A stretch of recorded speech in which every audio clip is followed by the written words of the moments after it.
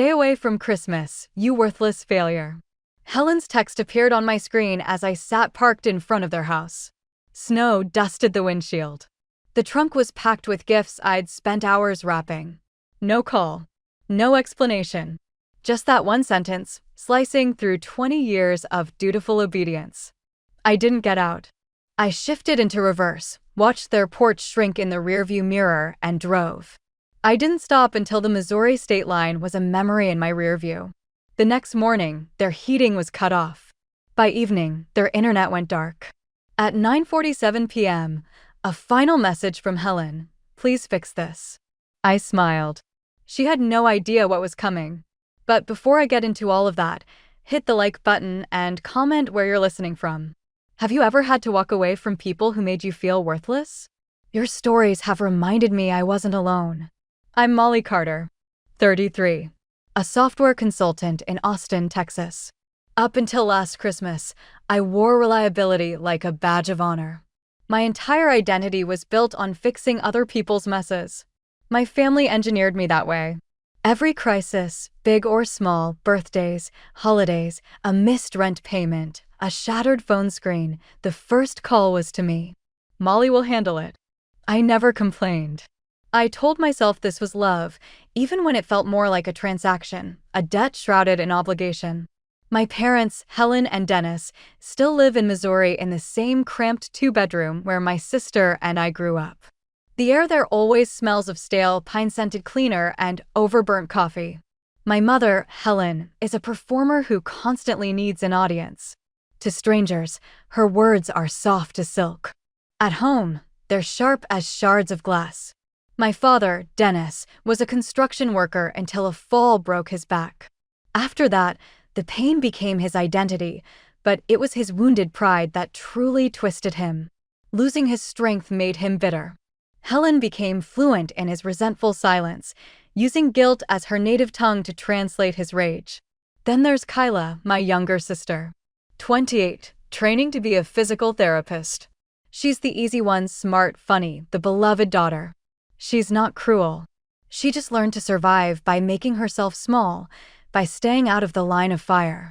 It's easier if you just let Helen win, she'd tell me. And for years I did. I believed keeping the peace was worth the constant swallowing of my own pride. 6 years ago, I moved to Austin for a major client, hoping physical distance would create emotional breathing room. It didn't. The calls followed the same old script, weeks of silence, then a sudden, "Hey, could you help with," followed by another bill I'd forgotten I was covering. Gas, electric, internet, car insurance. I was their invisible financial safety net. They never noticed the toll it took, how I was fraying at the edges while holding them together. Still, I clung to hope. Every Christmas, I'd make the 14-hour drive north, my trunk crammed with meticulously chosen gifts, a fragile optimism tucked in the glove compartment. This year will be different, I'd promise myself. It never was. The moment I crossed their threshold, the critique would begin. "You look tired," from Helen. Probably from all that computer nonsense, Dennis would grumble. Kyla would catch my eye and whisper, "Don't take it to heart." But I took it. Every single time. Last December felt different though. Kyla hadn't been home in years, and we'd planned a surprise visit together. I'd bought everything: sturdy flannel shirts for Dennis, a delicate gold necklace for Helen, gourmet peppermint mix for Kyla. My car smelled of cinnamon and crisp wrapping paper. I'd even worn that silly green sweater Kyla gave me, the one with embroidered Christmas lights on the sleeves. I let myself believe the sweater was a talisman, that maybe this year, Helen would offer a hug without a hidden critique. Then the message lit up my phone: "Stay away from Christmas, you worthless failure." I was right there. Engine idling. No context. No follow-up. Just those 5 corrosive words. I stared at the screen. A foolish part of me hoping it was a mistake, sent to the wrong daughter. But I knew it wasn't. Each word was precision-crafted, a blade honed over a lifetime. It found its target. I didn't answer. I didn't knock. I backed down the driveway, watched the house vanish, and let the highway swallow me whole. I didn't cry. I didn't scream. I just felt a profound, settling quiet, as if some grinding, heavy gear inside me had finally seized and stopped. That's how I wound up in a cheap motel across the state line, surrounded by the flicker of fluorescent lights, the asthmatic hiss of a wall heater, and an untouched gas station sandwich. Sitting in that tiny, anonymous room, phone face down, I finally saw the truth with terrifying clarity. My entire adult life, I had been useful, but I had never been loved. Somewhere between the heater's monotonous hum and the lonely blink of Christmas lights in the parking lot, a new resolve crystallized. Enough, I whispered to the silence. This isn't weakness. It's freedom. The next morning, sunlight sliced through the blinds, indifferent to the fact my world had fractured overnight. I woke up still wearing the green sweater, its embroidered bulbs feeling less like festive lights and more like anchors. It seemed weighed down with just this once, I'd ever conceded to. The phone was silent. No apologies. No frantic, I didn't mean it. Just the phantom pain of that message, seared into my memory. In the motel lobby, I made coffee that tasted of cardboard and survival, then opened my laptop. Old habit. My morning ritual for years. Log in, check client projects, then navigate to the digital caretaking that was my second job, my parents' bills. Their names were a recurring line item in my life. Auto-pay lists, linked accounts, scheduled transfers. The familiarity of it was a gut punch. The realization arrived, quiet and devastating. Half of my digital existence was dedicated to people who had just labeled me a worthless failure. It was like staring into a mirror and finally seeing the cracks I'd been papering over for decades. I clicked open the utility dashboard. The heating bill flashed a red alert, pay by tomorrow. Then the internet. The car insurance. The family cell phone plan. All tethered to my account, set to siphon funds automatically. I could have let it happen. I could have pushed through another month on muscle memory alone. But something had broken in me the night before. Not a hairline fracture, but a foundational split. And once a crack like that starts, it doesn't stop. It widens, forcing everything built on top of it to collapse. Sometimes, that's the only way to see what's been buried underneath. I called the bank. My voice was unnervingly calm.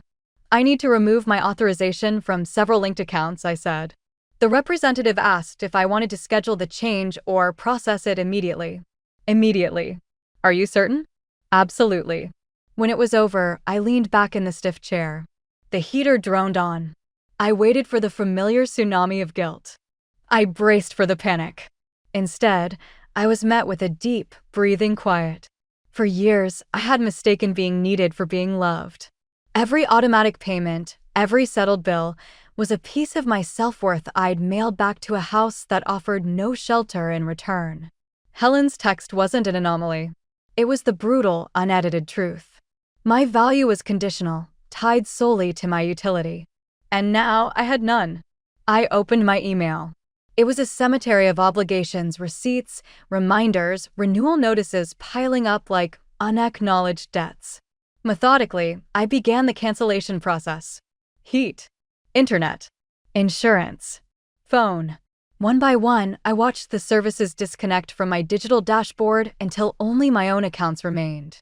My name. My responsibilities. A clean, stark slate.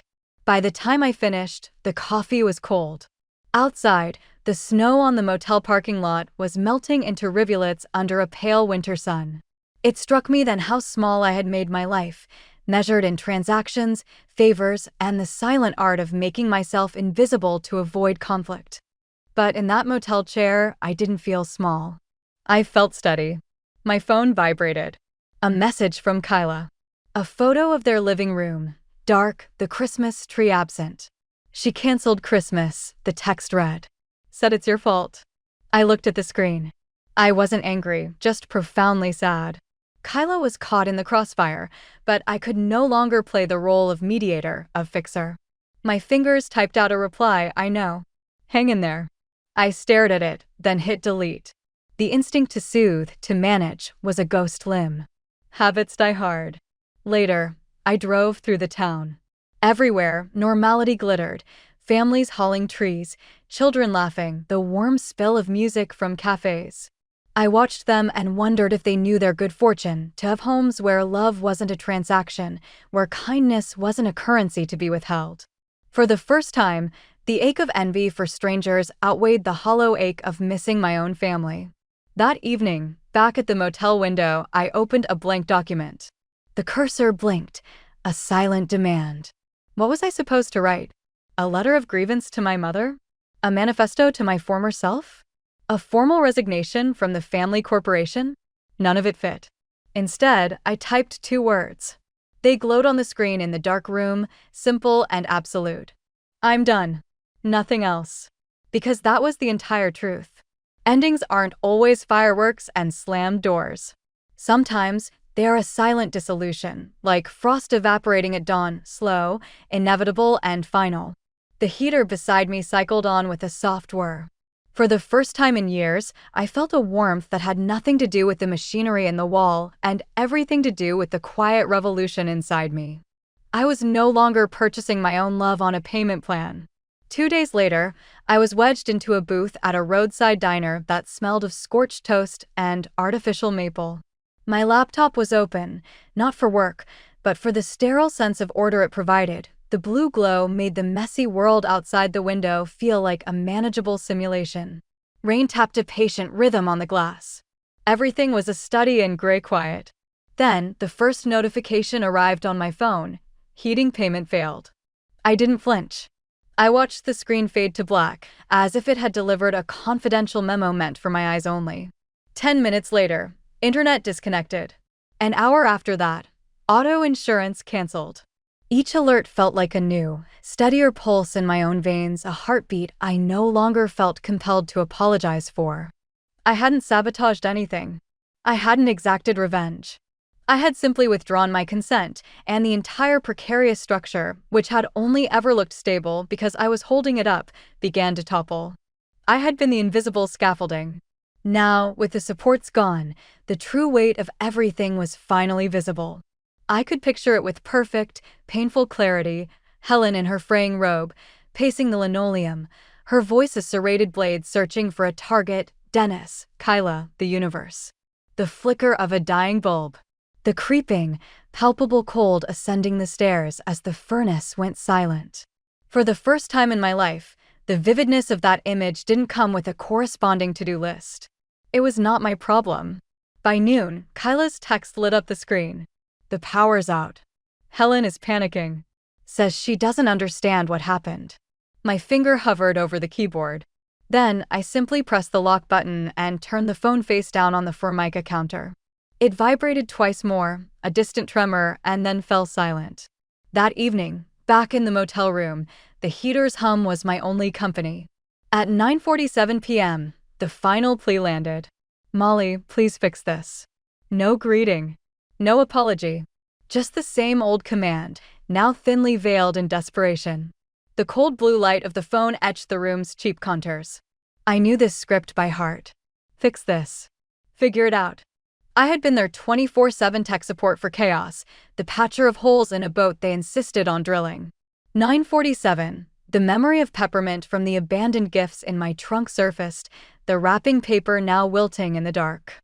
Right then, I was supposed to be on their sofa, bathed in the multicolored blink of Christmas lights, performing wellness. Instead, I was here. Frozen, perhaps, but for the first time free. I typed a single word, no. I held my thumb over it, then erased it entirely.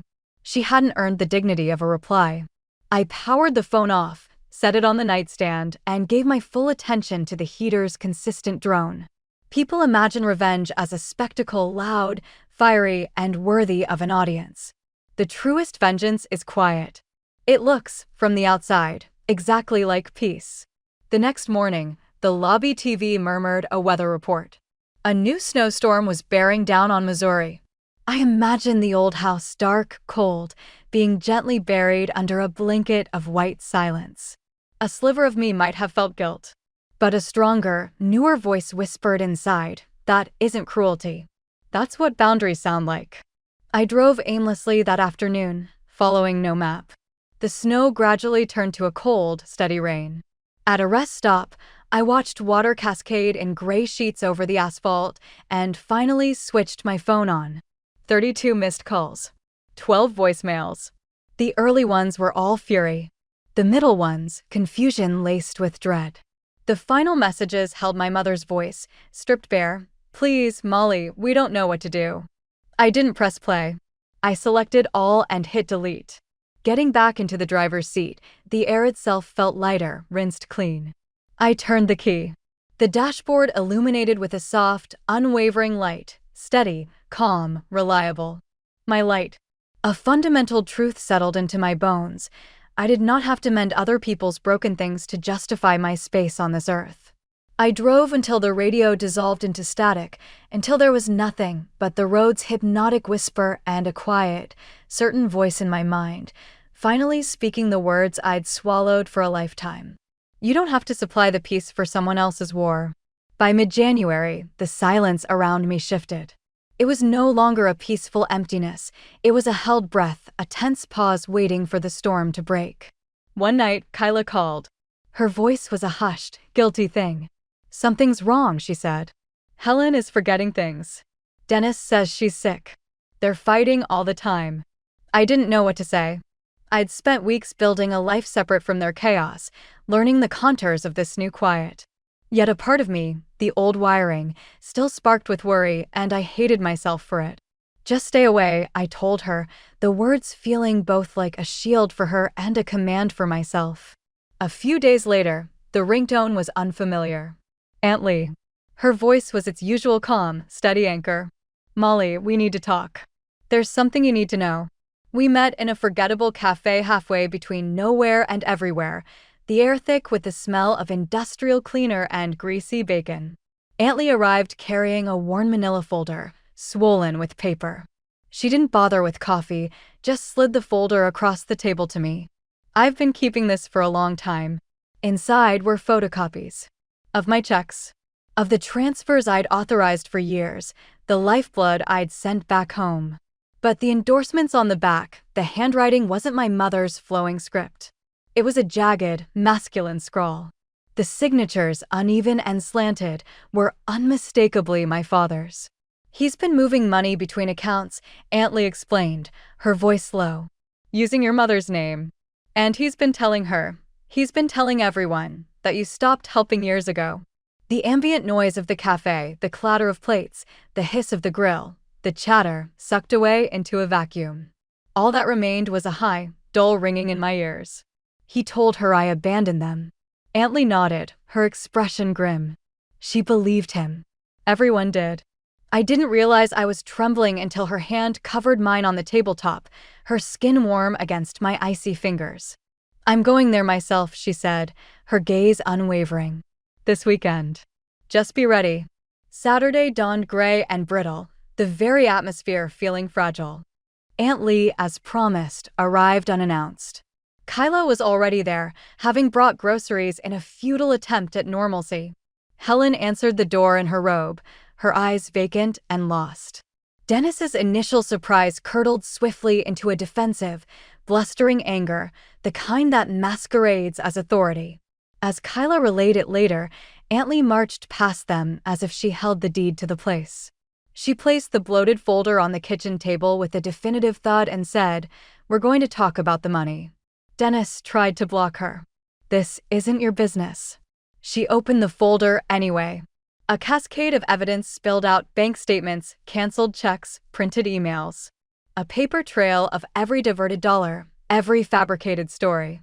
Kyla said Helen just sank into a chair, staring at the documents as if they were written in a foreign language. Her face underwent a slow, terrible transformation, first bewilderment, then dawning horror, and finally, a grief so profound it hollowed her out. "Dennis," she whispered, the name sounding broken. "What have you done?" He had no answer. Just a muttered, "You don't understand," before he retreated to the kitchen, slamming the door with a force that shook the walls. For nearly 30 minutes, no one spoke. Then, Helen began to cry. Not dramatic sobs, but quiet, gasping hiccups, as if the truth had physically punched the air from her lungs. She looked from Kyla to Aunt Lee, her voice a ragged thread. "Did Molly know?" She does now, Kyla said. When Aunt Lee called me that evening, she sounded drained but resolved. It's done, she said. He's left. Your mother knows everything now. I sat on the edge of the motel bed, watching individual snowflakes trace doomed paths down the dark window. The room smelled of artificial lemon and profound silence. Do they want me to come back? I finally asked. Aunt Lee paused. She wants to talk to you. For real. I could envision the aftermath with perfect clarity. The scarred wooden table, the damning papers strewn like battlefield casualties, my mother sitting amidst the ruins of the narrative she'd preferred. For a fleeting second, pity stirred in me. Almost. But then I remembered. The cold glow of my phone screen. The 5 words that had required no deception to write. Stay away from Christmas, you worthless failure. She hadn't sent that text because my father lied to her.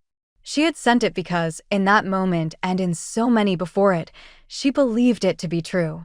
Knowledge of his fraud didn't erase her own conviction. I could not unknow that. I took a breath that felt like my first. Tell her I wish her well, I said. But I'm not coming back. Aunt Lee sighed, the weight of the mediator in the sound. She's trying, Molly. I know, I replied, my voice soft but firm in the quiet room. But trying doesn't erase years of indifference. We hung up. I let the stillness reclaim me, but this time it wasn't a void I'd fallen into. It was a space I had consciously carved out. It felt earned. My phone buzzed one final time that night. A text from Kyla. He's gone. Helen is a mess. Keep saying your name. My thumbs moved automatically. I'm sorry.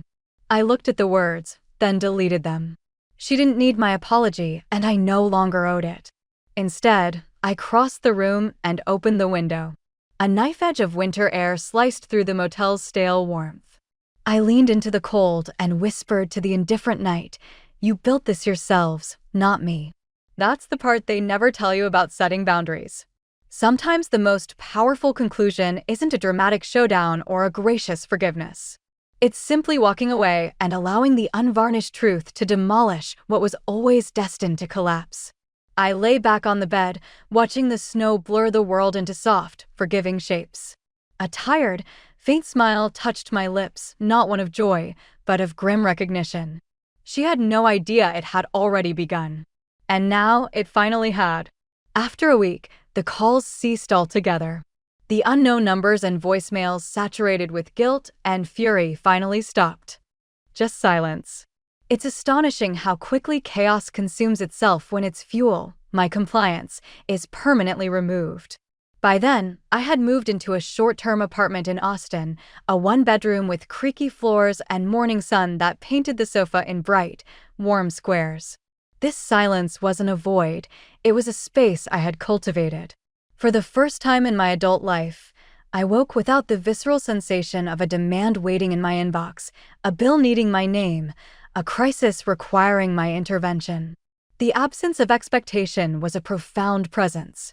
Kyla texted occasionally, her messages brief and cautious. She's in therapy. It's weird without Dennis here. Then, one day, a longer passage arrived. Helen talks about you all the time. She's different. She writes things down now instead of screaming. Says you were right. Love isn't supposed to hurt. I watched the words on the screen until the display timed out and went black. I felt a complex wave, not triumph, but a deep, weary relief and a sadness for the version of us that never was. A few days later, an email appeared from my mother. The subject line read, "Let's talk." The body contained a single, stark sentence, "I know I failed you, but I never stopped loving you." I read it twice. First, through the old, bruised lens of the daughter who craved those words. Then, through the clear, new eyes of the woman who had finally stanched the bleeding. I moved the cursor and clicked delete. Not from a place of anger, but from a place of acceptance. A love that has been wielded as a tool to inflict obligation and guilt is no longer love. It is a transaction. I was closing the account. Kyla didn't grasp this distinction. She called that weekend, her voice hopeful. She's trying, Molly. Really trying. I know, I said. Then why can't you just forgive her? I looked out my window at the city's soft, glowing grid. Because forgiveness isn't the same as returning. I can wish her peace without walking back into the fire." A long silence stretched over the line. "You sound cold," she whispered, a hint of the old family accusation in her tone. "Maybe," I replied, my voice steady. "Or maybe I just finally learned what real warmth feels like." After we hung up, I sat in the quiet of my own apartment. The heater hummed its dependable tune. And for a moment, a memory surfaced, the scent of pine cleaner, the drone of a broken vent in my childhood room, the hushed sound of snow against the pane. But for the first time, the memory carried no sting. It was just a fact. A piece of history, not an open wound. I began to build a life, not manage one. I started running again.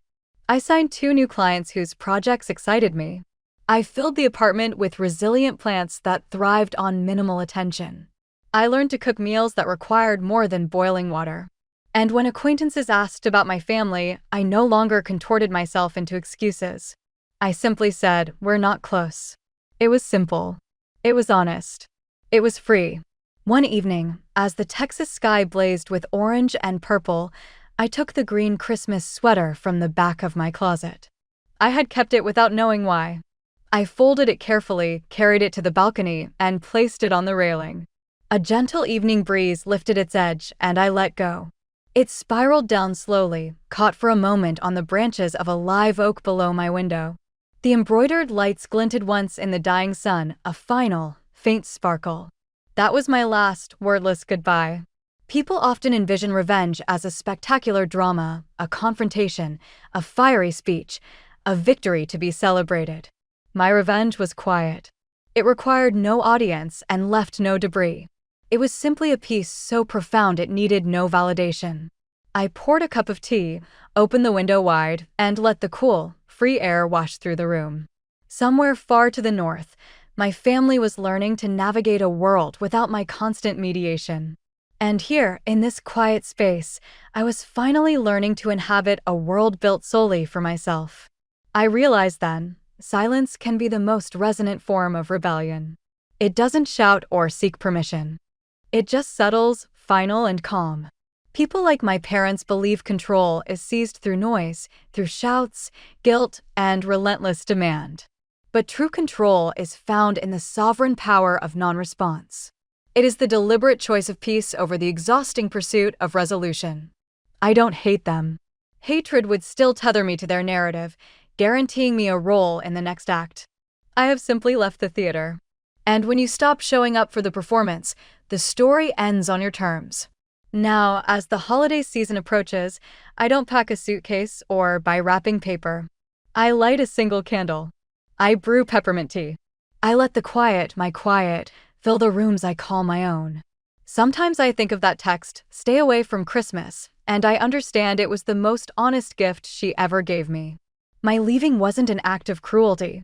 It was an act of salvation. If you've ever had to draw a line in the sand of your own soul, if you've loved people who could only value your utility, you will understand this. You are not heartless for guarding your peace. You are simply exhausted from burning yourself down to keep others warm. If this story echoes in a chamber of your own heart, right where you're reading from, I read every comment. They remind me that stories like mine are not rare. They are just rarely spoken aloud. Hit the like button. Share this with someone who needs to hear it. Subscribe for what comes next. Because sometimes, the only way to build a new life is to finally, irrevocably, stop fixing someone else's. Yeah,